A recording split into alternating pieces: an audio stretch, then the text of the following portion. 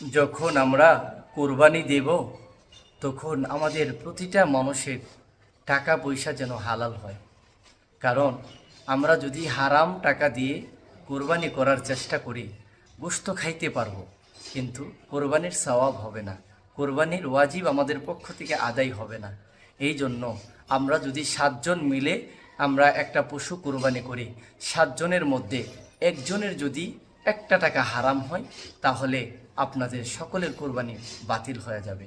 এই জন্য যাদের সাথে শরীকে কোরবানি দিবেন তারা যাচাই করবেন ওই মানুষটার ইনকাম সোর্স কি, সে রুজি করে কিভাবে, তার টাকাটা আসে কোথায় থেকে। এইভাবে যখন আমরা চিন্তা করব তাহলে অবশ্যই অবশ্যই আমাদের কোরবানিটা কবুল হবে।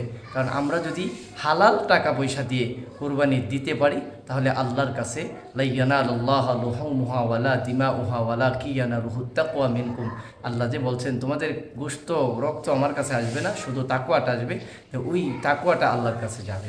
এই জন্য আমরা চিন্তা ফিকির করে আমরা শরীকে কোরবানি দেওয়ার চেষ্টা করব। আর যদি পারি একাই দিব, আর একার টাকাটা যেন হালাল পন্থায় হয় সেই দিকে আমরা খেয়াল করব।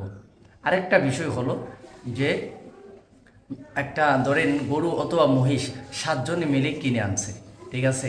কিনে আনার পরে এই 7 জনের মধ্য থেকে একজন কি করছে, তারা 2 ভাই অথবা 2 চাচা অথবা তারা তার শ্বশুরকে নিয়ে এমনভাবে তারা এটা ব্যবস্থা করছে যে জামাই আমার তো কোরবানি দেওয়ার শক্তি নাই, আমি আপনারা 25 দিলাম, আপনি 25 দিলেন, 2 জনে মিললা ওই 6 জনের সাথে শরিক হয়ে যান, তাইলে গোশতটা আমরা 2 জন মিলে বন্টন করে নেব।